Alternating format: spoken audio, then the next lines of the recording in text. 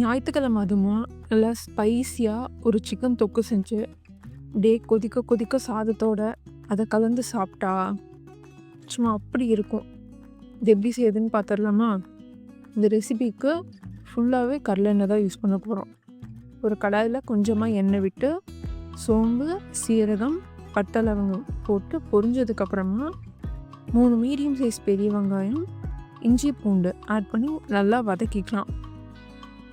இது கூடவே ஒரு கைப்பிடியில் பாதி அளவு புதினா, மல்லி போட்டு கலந்து விட்டுறலாம். மல்லி புதினா ஆட் பண்ண உடனேவே மஞ்சத்தூளும் போட்டுக்கோங்க.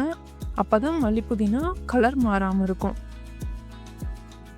இது கூடவே ஒரு 8 முந்திரி பருப்பு, 2 மீடியம் சைஸ் தக்காளி ஆட் பண்ணிவிட்டு நல்லா வதக்கிக்கலாம்.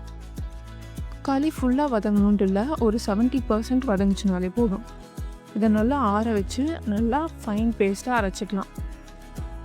இப்போ இதே கடாயிலேயே சிக்கன் ஆட் பண்ணி ஒரு 4 டேபிள் ஸ்பூன் எண்ணெய் விட்டுடலாம். சிக்கன் ஃபுல்லாக எண்ணெயிலேயே தான் குக் பண்ண போகிறோம்.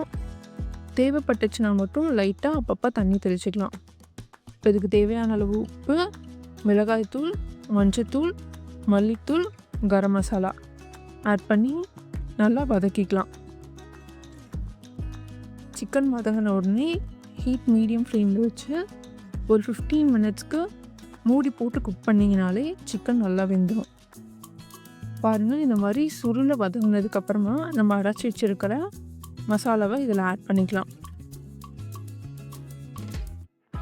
இப்போ மசாலாவுக்கு தேவையான அளவு மட்டும் உப்பு போட்டுக்கலாம். இப்போ இதை நல்லா கலந்து விட்டுட்டு நான் இன்றைக்கி தொக்குக்கு 1 கப் தண்ணி எடுத்திருக்கேன்.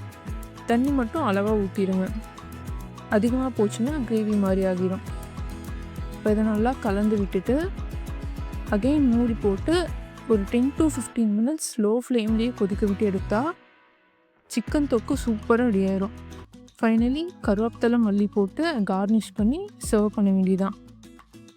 மெஷர்மெண்ட்ஸ் எல்லாமே டிஸ்கிரிப்ஷனில் இருக்குது, கண்டிப்பாக ட்ரை பண்ணி பாருங்கள்.